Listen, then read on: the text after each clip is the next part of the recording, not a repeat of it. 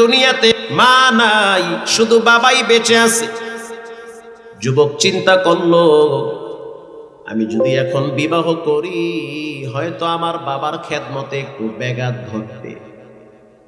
বাবাই অসুস্থ মানুষ, সুস্থ হোক তারপরে আমি বিবাহ করব।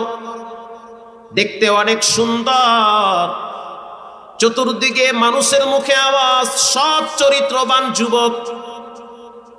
মাঝে মাঝে বাবার কাছে আইসা বলে, এমন একটা সন্তান জন্ম দিয়েছ, আচার ব্যবহার দেখলি তো কলিজা ঠান্ডা হয়ে যায়।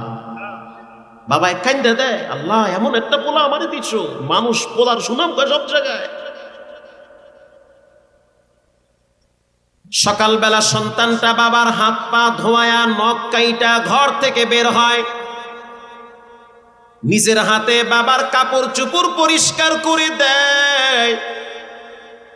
প্রতিদিন সন্তান নিজের হাতে খাবার পাক করে বাবার মুখে খাবার তুলে দেয়। গোসল করায়া বাবার মাথায় তেল লাগায় দেয়, জাইতুনের তেল শরীরে লাগায় দেয়। বাবায় খুব খুশি হয়।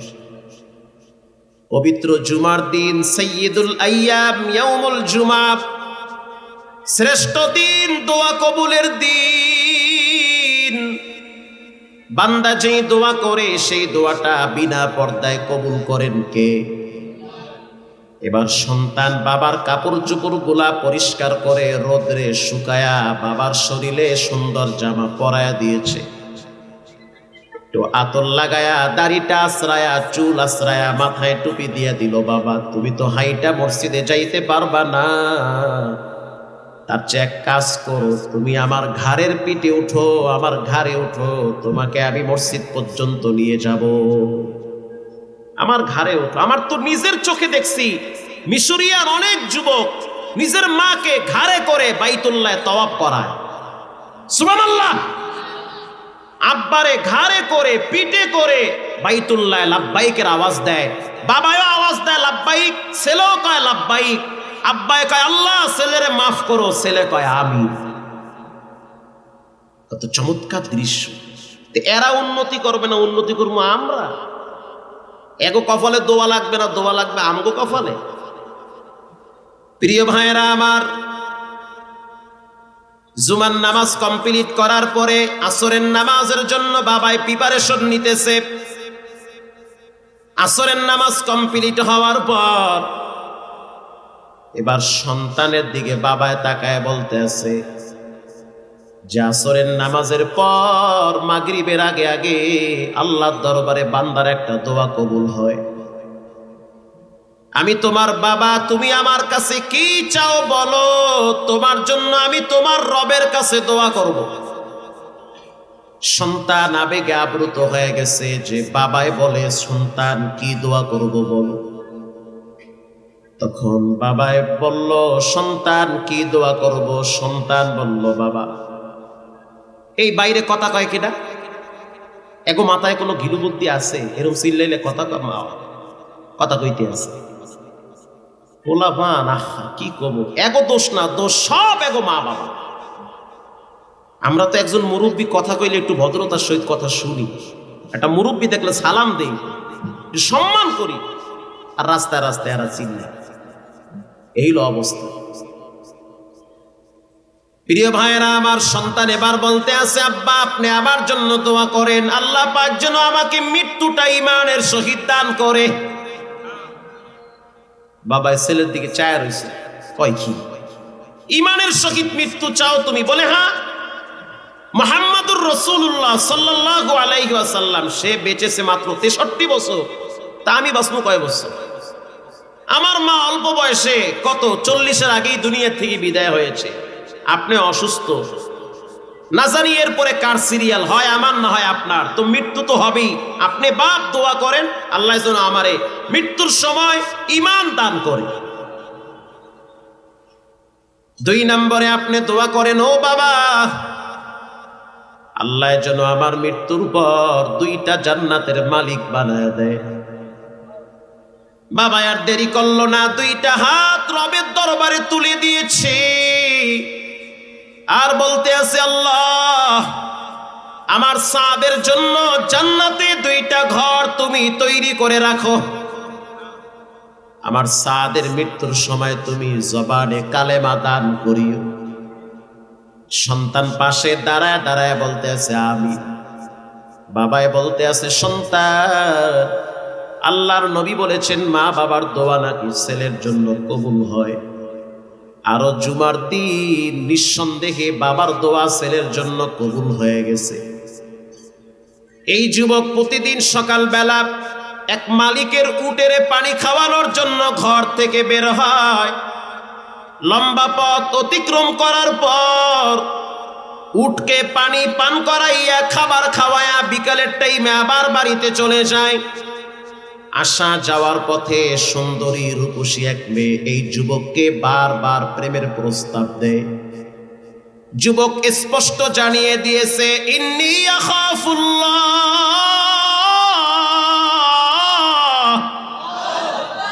আমি একজনকে সবচেয়ে বেশি ভয় পাই, তিনি হলেন কে? মেয়েটা নিরুপায় হয়ে চলে গেল। কিছুদিন পরে আবার প্রস্তাব দিল, তুমি দেখতে অনেক সুন্দর, তোমার ব্যবহার সুন্দর, তোমার সুখ্যাতি চতুর্দিকে ছড়িয়ে পড়েছে, আমি চাই একজন সম্মানী যুবকের সাথে আমার জীবনটা কাটুক। কিন্তু আমার মা বাবা হয়তো এখন বিবাহ দিবে না, তুমিও হয়তো আমাকে এখন বিবাহ করবে না, কিন্তু আমরা চাই আমাদের সম্পর্কটা যেন মজবুত থাকে। ছেলেটা বলল সাবধান, এই রক্তের ভিতরে হারাম নাই। আমার আব্বা জীবনে হারাম পয়সা আমাদেরকে খাওয়ায় নাই। দুনিয়া আমার কাছে তুচ্ছ, জীবনে কোনোদিন কোনো হারাম রিলেশনে আমি জড়াই নাই। আমি পবিত্র থাকতে চাই, তাকে আমি বিবাহ করব, সেও যেন আমার জন্য পবিত্র হয়ে ঘরে আসে। আর আমাদের মাধ্যমে যেই বাচ্চা কাচ্চা হবে তারা যেন পবিত্র হয়, দিনদার হয়, নেককার হয়। আমাদের পরবর্তী জেনারেশন যেন আল্লাহওয়ালা হয়, এমন পবিত্র জীবন আমি আল্লাহর কাছে পেয়েছি। সুবহানাল্লাহ। কিছুদিন পরে মেয়েটা আবার প্রস্তাব দিল, আসো নিরিবিলি একটি সময় কাটাও। যুবক স্পষ্ট জানায় দিল ইন্নী আখাফুল্লাহ, যেটা পৃথিবীর কেউ দেখে না সেটা একজন দেখেন, তিনি হলেন কে? মেয়েটা চিন্তা করলো হবে না, তার চেয়ে আমি ছেলেটার হাতটা চেপে ধরি, দেখি তাকে আটকানো যায় কিনা। মেয়েটা সিদ্ধান্ত নিল যে ছেলেটার হাত আমি ধরব। সিদ্ধান্ত অনুযায়ী তাই করলো। যুবকের দৌড়ায় গিয়ে হাতটা চেপে ধরলো, আসো আমার সাথে একটু সময় কাটাও, একটা বারের জন্য আমার দিকে তাকাও। রূপ লাবণ্য সৌন্দর্যের কোনো অভাব নাই, কেন তুমি আমাকে সময় দিবা না? যুবক চিন্তা করলো যে আমরা দুইজনে এখন কথা বলতে পারি, মাঝখানে তো শয়তান আমাদেরকে ফুসলায়া খারাপ রাস্তায় নিয়ে যাবে। অতএব যুবক চোখের পানি ছেড়ে দিয়া বলো, আল্লাহ, আমি একটা যুবক মানুষ, রক্তে গোস্ত গড়া আমার দেহটা তৈরি হয়েছে, এজন্য তুমি আমাকে খারাপ কাজে জড়িত হওয়ার আগেই মৃত্যু দান করো। জেনা ব্যভিচারের পথে পা বাড়াবার আগে আমার জন্য মৃত্যু অনেক ভালো, আমাকে আপনি মৃত্যু দেন। এ কথা বলার সাথে সাথে যুবকের শরীরে জ্বর চলে আসছে, মাথা ঘুমরায়া পাথরের উপরে পড়ে গিয়েছে। যখন পাথরের উপরে পড়েছে তখন মাথায় আঘাত পেয়েছে, রক্ত বায়া বায়া বায়া বায়া পড়তেছে। মেয়েটা ভয়তে ওখান থেকে চলে গিয়েছে। এলাকার কিছু রাখালরা দৌড়ায় আসছে, আইসা দেখতেছে যুবক মাটিতে পড়ে আছে, রক্তাক্ত দেহ নিয়ে পাথরের পাশে। প্রশ্ন করা হইল কি হয়েছে? বলে কিছুই হয় নাই, আমার যাওয়ার সময় হয়ে গেছে। এলাকার কৃষকরা রাখালরা বলতে আছে, সাদ, একটু আগেই তো দেখলাম একটা মেয়ে তোমার পাশ দিয়ে যাইতেছে। সাদ বলল যে আমি আল্লাহর কাছে দোয়া করেছি আমি যেন খারাপ রাস্তায় নিজেকে জড়াবার আগে যেন আল্লাহ আমাকে মৃত্যু দেয়। আমার দিল বলতে আছে হয়তো আবার এখনই মৃত্যু হয়ে যাবে। আমার আব্বার কাছে গিয়ে খবর দিবা, আমার আব্বাই যেন আমার জন্য না কান্দি। বাবাই যদি আমার জন্য কাঁদি তো আমার বড় কষ্ট লাগবে। বাবাকে সান্ত্বনা দিবে আর বলবে তোমার সন্তান জান্নাতের মেহমান হয়ে গেছে। এ কথা বলে চেহারাটা ঘুরাইতে ঘুরাইতে বাইতুল্লাহর দিকে ফিরাইছে। বাইতুল্লাহর দিকে ফিরাইয়া কিবলামুখী হইয়া জবানে কালেমায়ে শাহাদাতের উচ্চারণ দিতে দিতে দিতে দিতে শেষ নিঃশ্বাস ত্যাগ করেছে। এলাকার মানুষ তাকে দেখতে আছে, যুবকের চেহারার ভিতরে জান্নাতি খুশবুর ঘ্রাণ ছড়িয়ে পড়েছে। বাবাকে খবর দেওয়া হয়েছে, লাশ দাফন করা হয়েছে। লাশ দাফন করার পরে মুরব্বি চলে গেল মসজিদে নববীতে। তদানীন্তন সময়ে ক্ষমতার মসনদে ছিল হযরত ওমর রাদিয়াল্লাহু তাআলা। হযরত ওমর নামাজ পড়াইতেছে, মুরব্বি পিছনে দাঁড়িয়ে আছে। লম্বা টাইম নামাজে দাঁড়ায় দাঁড়ায় তেলাওয়াত শুনলো। নামাজ শেষ হয়ে গেল, মুরব্বি পিছনে কাতারের বসে বসে কাঁদতেছে। হযরত ওমরের কানে যখন কান্নার আওয়াজ, প্রশ্ন করল মুরব্বি কি হয়েছে, কেন কাঁদেন, ঘরে কি খাবার নাই? মুরব্বি বলতে আছে ওমর নিজের হাতে নিজের সন্তানটারে কবরে রাখছি, এমন একটা জায়গায় রাখছি ডানেও মাটি বামেও মাটি, উপরেও মাটি নিচেও মাটি, অন্ধকার ঘরতে ফালায়া রাখছি রে ওমর। যেই জায়গায় কোনো হাওয়া বাতাস যায় না, কোনো অক্সিজেন নাই, কোনো বাতি নাই, কোনো খাবার নাই, কিচ্ছু নাই। নিজের হাতে নিজের কলিজার টুকরা সন্তান রে কবরে রাখছি। ভয় লাগতেছে, না জানি কবরে কি ব্যবহার করা হয়। কারণ আল্লাহর রাসূল বলেছেন, কোন যুবক কোন মুরব্বি কেউ যদি ঈমান নষ্ট করে কবরে যায়, আল কবরু রাউযাতুম মিন রিয়াযিল জান্নাহ আও হুফরাতুম মিন হুফারিন নার। কবর কারো জন্য জান্নাতের বাগান, কারো জন্য জাহান্নামের গর্ত হয়ে যাবে। আল্লাহু আকবার। কবরের দুই পাশের মাটি এমন জোরে চাপ দিবে, দুই পাজরের হাড্ডি ভেঙ্গে চুরমার হয়ে যাবে রে ওমর। ভয় লাগতেছে, না জানি কি ব্যবহারটা আমার সন্তানের সাথে করে। হযরত ওমর বলল, তোমার ছেলের নাম তো সাদ? বলে হ্যাঁ। তোমার সন্তানকে আমি চিনি, তোমার সন্তানের ভিতরে আল্লাহর ভয় জমা আছে। সার্টিফিকেট আমি ওমর দিতেছি। সন্তান মারা গেছে, আমারে কেন খবর দিলা না? আমি তোমার সন্তানের জানাজায় যাইতাম। মুরব্বি বলতে আছে, ওমর শুনে নাও, আপনি তো রাষ্ট্রীয় কাজে ব্যস্ত আছেন, যদি আপনাকে বলি তাহলে হয়তো রাষ্ট্রীয় কোনো কাজের ব্যাঘাত ঘটবে। হযরত ওমর বলল, তোমার সন্তানের কবরের পাশে আমি একটু দাঁড়াইতে চাই। হযরত ওমর নিজে মুরব্বির নিয়ে কবরের কিনারায় দাঁড়ায় কোরআনের একটি আয়াত তেলাওয়াত করলো, ওয়া আম্মা মান খাফা মাকামা রাব্বিহি ওয়া নাহান নাফসা আনিল হাওয়া ফাইন্নাল জান্নাতা হিয়াল মাওয়া।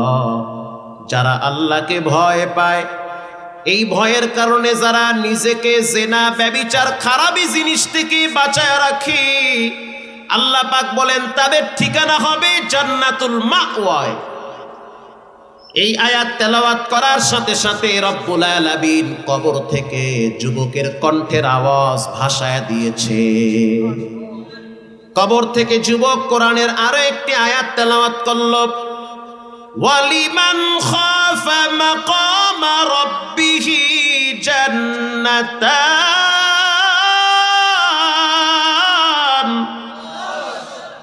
ওমর, আপনি কি মনে করেছেন আল্লাহ বুঝি আমাকে একটা জান্নাত দিয়েছে? না না, নিজেকে জেনা ব্যভিচার খারাপ জিনিস থেকে হেফাজত করেছি, যার কারণে আল্লাহ আমাকে বাবার দোয়ার বরকতে দুইটা জান্নাতের মালিক বানায় দিছে। প্রিয় যুবক ভাইয়েরা, এজন্য কোরআনের কাছে আসতে হবে। মুরব্বিকে প্রশ্ন করা হইল, আপনার সন্তানের দৈনন্দিন কি আমল ছিল? মুরব্বী স্পষ্ট জানিয়ে দিয়েছে, আমার সন্তান প্রতিদিন ফজরের নামাজের পর সূর্য ওঠার আগে আগে এক জায়গায় বসে কোরআনের 2-4টা আয়াত তেলাওয়াত করত। এটা আমার সন্তানের দৈনন্দিন আমল ছিল, যার কারণে রব্বুল আলামিন এই মর্যাদা, এই সুনাম সুখ্যাতি চতুর্দিকে ছড়ায়া দিছে। একজন আর্মি অফিসার যদি এত সুন্দর কোরআন তেলাওয়াত করতে পারে, যুবক তুমি কেন পারবা না? কেন তোমার সমস্যা? একজন রানিং অফিসার একটু আগে তেলাওয়াত করলো কোরআন শরীফ, তোমার কি প্রবলেম বলো? তিনি আর্মি অফিসারই না, সিএমএস হসপিটাল, সেনাবাহিনীদের হসপিটালের একজন doctor, running doctor, MBBS doctor. একজন ডাক্তার হয়ে যদি কোরআন তেলাওয়াত করতে পারে, তোমার মুখে নায়ক নায়িকার আওয়াজ, খেলার আওয়াজ, কোরআনের 2-4টা আওয়াজ মুখ থেকে বের হয় না, কপাল পুড়ে গেছে। এজন্য প্রিয় ভাইয়েরা আমার, যুবক ভাইয়েরা, মুরব্বী বাবারা, জান্নাতে যাইতে হইলে 3টা আমল লাগবে। 1 নম্বরে তিলাওয়াতুল কুরআন, 2 নম্বরে নামাজ, 3 নম্বরে আল্লাহর রাস্তায় দান করা। 3টা আমল যার ভিতরে থাকবে তার জন্য জান্নাতের গেট খুলে দিবেন কে? স্কুলে পড়ে, কলেজে পড়ে অনেক ছাত্ররা আছে 5 ওয়াক্ত নামাজ পড়ে, আছে না নাই? গত কয়েক মাস আগে আপনারা দেখছেন, পত্র পত্রিকায় লেখা হয়েছে, অনলাইনে ভাইরাল হয়েছে, ক্লাস 6-এর ছাত্র ইমামতি করে, 5-এর ছাত্ররা পিছনে জামাতবদ্ধ হয়ে নামাজ আদায় করে। ঢাকায় ক্লাস 6-এর ছাত্র আল্লাহু আকবার ইমাম হয়ে 5-এর ছাত্রদেরকে পিছনে নিয়ে মুক্তাদি বানাইয়া নামাজ আদায় করে। তুমি কেন পারবা না? তোমার সমস্যা কোথায়? আজকে জুমার দিন একটা বাচ্চা এসে বলে, হুজুর আমার অন্তর থেকে রিয়া কেমনে দূর করব? কসম আল্লাহ, এই কোরআন আমার হাতে। আমার সাথে যারা ছিল সবাইকে জিজ্ঞেস করেন। আমার সাথে আজকে ছিল আপনার পোস্তখোলা ক্যাম্পের একজন রানিং র্যাবের অফিসার, ক্যাপ্টেন আলী হাসান। উনি আসছে জয়পুরহাটের একটা মাহফিল নিতে, বসে আছে, আরো অনেক লোক চতুর্দিকে বসে আছে। বাচ্চা ছেলে, মাত্র 13 বছর বয়স, এসে বলতেছে, হুজুর 3টা প্রশ্ন করব। 1 নম্বরে রিয়া কেমনে দূর করব? রিয়া। আমি চায় রয়েছি ওর দিকে, কয় কি? এই বাচ্চা রিয়ার বুঝে কি? আমি বললাম, রিয়ার মানে কি বাবা?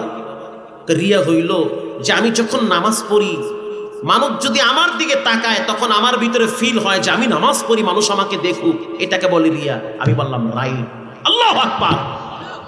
একটা বাচ্চার ভিতরে এই ধরনের টেন্ডেন্সি জাগ্রত হয়েছে, নিঃসন্দেহে এটা সবচেয়ে ভালো কাজ। তার ভিতরে এরকম আগ্রহ, অনুভূতি জাগ্রত হয়েছে। আমি বললাম, এগুলো কার কাছ থেকে শিখেছো? সে জবাব দিল, আমার মায়ের কাছ থেকে। আর আসতে বলেন সুবহানাল্লাহ। মায়ের কাছ থেকে শিখছি। 2 নম্বরে আমাকে প্রশ্ন করলো, হুজুর মাঝে মাঝে আমার এমনটা মনে হয় যে আমি মারা গেছি, কে যেন আমার লাশ কবরে নামাইতেছি। এই ভয়েতে মাঝে মাঝে আমি লাইট অন করে রাত্রিবেলা তাকায় থাকি, ভয় লাগে। আমি বললাম, এটা কোথা থেকে তোমার ভিতরে আসছে? সে জবাব দিল, হুজুর আজ থেকে অনেক দিন আগে আমার নানুকে যখন কবরে রাখা হয়েছে, তখন আমি কবরের দিকে উকি মাইরা দেখছি, কবরটা অন্ধকার।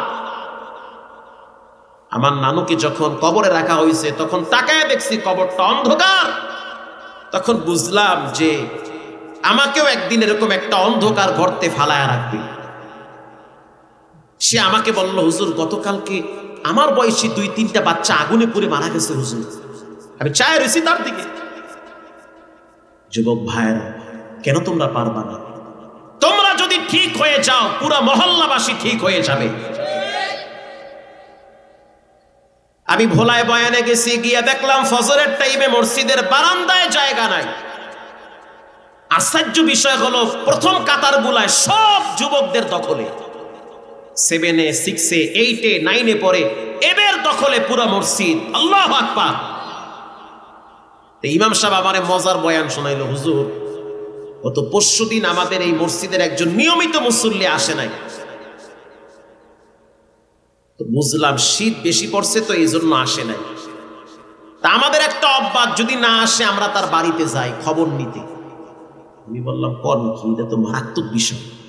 কেউ যদি মসজিদে না আসে, তার বাড়িতে যদি ইমাম সাহেব 2-3 জন মুসল্লি নিয়ে যায়, লজ্জায় দুনিয়ায় থাকার কথা, তো মরে যাওয়ার কথা। তো ঘটনাক্রমে আমরা গেছি, গিয়া দরজায় লক করছি, কামাল ভাই আপনারা তো প্রায় দিন ফজরে মসজিদে পাইতাম, আজকে কেন মসজিদে আসেন না? আপনি কি অসুস্থ? আপনাকে দেখার জন্য আসছি আমরা। কালাম ভাই তো লজ্জা পেয়ে গেছে, সেনাবাহিনীর দল আয়া করছে। কালাম ভাই চিন্তা করলো কি করা যায়, বাচ্চা মায়ারে পাঠাই দিছে। বাচ্চায় কইতে আছে তুই গিয়ে ক আব্বাই ঘরে নাই। বাচ্চায় গিয়ে কইতে আছে হুজুর ও হুজুর হুজুর আব্বাই কইছে আব্বাই ঘরে নাই। ঝামেলা বাড়ছে না কমছে? হুজুর আব্বাই কইছে আব্বাই ঘরে নাই। বাপে ঘরে বইয়ে শুনতে আছে, যখন কইছে আব্বাই ঘরে নাই, বাপে আর ঘরে নাই। আস্তে পিছনের দরজা খুললে দৌড় মারছে। লজ্জার বিষয়। আশ্চর্য হয়ে যাবেন, একজন রানিং জেনারেল ঊর্ধ্বতম কর্মকর্তা সেনাবাহিনীর ফজরের টাইমে মসজিদে, ফজরের টাইমে ইমাম সাহেব প্রশ্ন করলো, স্যার ও স্যার স্যার স্যার স্যার আপনি মসজিদে? স্যার স্যার বাদ দেন, আমি একজন মুসল্লি, এতদিন মসজিদে আসেন নাই, আজকে কেন আসছেন? আরে দুঃখের কথা কই কারে, আমার মেয়েকে বিবাহ দিয়েছি, আমার মেয়ের জামাই লেফটেন্যান্ট কর্নেল, ঊর্ধ্বতম কর্মকর্তা, সিনিয়র অফিসার, কিন্তু আমার মেয়ের জামাইটা নামাজ পড়ে, সে নামাজিওয়ালা মানুষ। আশ্চর্য বিষয় হলো আমার মেয়েটা আমাদের পুরা ফ্যামিলির ভিতরে সবচেয়ে বেশি ধার্মিক। তো মেয়েটার বাচ্চা হয়েছে, তার মানে আমার নাতি হয়েছে। নাতিরে দিছে মক্তবে পাঠায়া নুরানি পড়াইতে। বাপ মায় মানতি করছে, আল্লাহ যদি পোলা হয় তো মৌলানা বানাবো। কাজটা ভালো না খারাপ? মাশাআল্লাহ ভালো। তো এটা বংশের ভিতরে দিয়ে একটা আলেম ওলামা দরকার আছে না, কদ্দুর ভাড়া করে আর দোয়া কালাম পড়াইবে, বংশে দিয়ে একটা হোক। কিন্তু আশ্চর্য বিষয় হলো ফজরের টাইমে আমার নাতি তারা বেড়াইতে আসছে আমাদের বাড়িতে 2 দিনের জন্য। ফজরের টাইমে ওর মা নামাজের জন্য উঠছে, তো ওর বাবাও নামাজের জন্য উঠছে, তো পাশাপাশি আমার নাতিটাও নামাজের জন্য উঠছে। উঠার পরে এখন এই নাতি ছোট মানুষ, ও আও বোঝে না যাও বোঝে না, ও খালি এইটুক বুঝে যে প্রত্যেকটা বালেক পুরুষের উপরে নামাজ আল্লাহর পক্ষ থেকে ফরজ, এইটা বুঝে ও আমার দরজায় আইসা লক করতে আসে, ড্যাডু ও ড্যাডু নামাজ পড়বা না? আমি দরজা খুলে বললাম, নাতি আমি নামাজ পড়ে নিব, তোমার আম্মুর সাথে তুমি কি ঘুমিয়ে থাকো, আম্মু তো নামাজে দাঁড়িয়েছে, তুমি কেন মসজিদে যাও না? তখন আমি বললাম, আমি তো অফিসার মানুষ, একটু বের হইতে গেলে কিছু বাধা নিষেধ আছে, প্রটোকল লাগে, ডাইনে বামে অফিসার লাগে, বন্দুক বন্দুক লিয়ে খাড়ায় থাকতে হয়, একটা বাপ আছে না অফিসারের, আমি কেমনে মসজিদে যাই? ডাডু এই সমস্ত আউল ফাউল কোনো কথা আমি শুনতে চাই না, কোনো বেনামাজি দাদুর ঘরে আমি খাবার খাইতে চাই না, হয় নামাজ পড়বা, তা না হলে আম্মুকে বলে আমরা দুপুরের টাইমে চলে যাব। আল্লাহু আকবার জোরে বলেন। এটা হলো দ্বীনি শিক্ষার ফজিলত। আল্লাহর কোরআন এই শিক্ষাটাই মানুষকে দেয়, ভদ্রতা, সভ্যতা, শিষ্টাচার, আদব কায়দা, এই শিক্ষাটা কোরআনের মাধ্যমে দেওয়া হয়। আপনি আশ্চর্য হবেন, এগুলা বানোয়াট কথা না, আমার কথাগুলা কালকে সকালবেলা গোটা পৃথিবীতে চলে যাবে। আপনারা কয়জন লোক শুনেন? অনেক লোক শুনবে কথাগুলো। আমাদের এলাকায় একজন রানিং এসপি, নাম হলো সোহাগ ভাই, বিসিএস ক্যাডার দিয়ে এসপি হয়ে গেছে, বরগুনায় থাকে সম্ভবত, গ্রামে গেছে গ্রামে। আশ্চর্য বিষয় হলো এই যে জানুয়ারি মাসে প্রচুর শীত পড়ছে, আপনারা দেখেন নাই? ঠান্ডা এত বেশি, সুবহানাল্লাহ, পানিতে হাত দিলে মনে হয় বরফ লাগাইছে হাতে। তো এই শীতের ভিতরে এসপি সাহেব আইছে মসজিদে নামাজ পড়তে। ইমাম সাহেব বলতে আছে, স্যার আপনি কেন মসজিদে? আপনি এসপি মানুষ, উরি বাবারে বাবা, আপনি থাকবেন ঘরে, প্রোটোকল থাকবে ডাইনে বামে, সিকিউরিটি গার্ড থাকবে। ফজরের টাইমে মসজিদে, কয় ফজরের টাইমে মসজিদে সমস্যা হইল, নামাজ ঘরেই পড়তাম, আইতাম না, আইসি প্যারায় পড়িয়া। প্যারায় পড়িয়া মানে আমার বাপে বিয়ে করাইছে মৌলানা মাইয়া, মৌলানা মাইয়া বিয়ে করাইয়া আবার ফালাই